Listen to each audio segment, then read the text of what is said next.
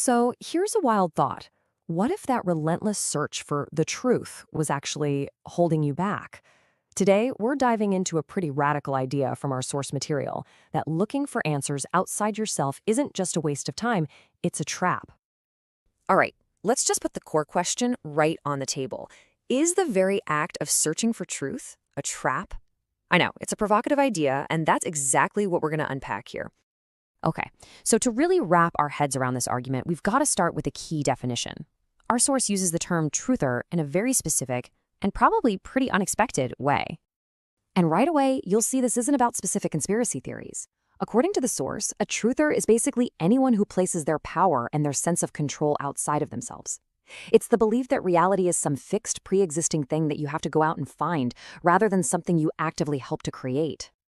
And that idea, well, it leads us straight to the core philosophical problem being presented here. The argument is that our entire concept of an outside reality is just a fundamental mistake. The source kind of frames our two main worldviews as fairy tales. You've got materialism on one side, the idea that a physical world just exists, totally independent of us. Then you've got religion, the belief in a divine being in some other world, separate from ours.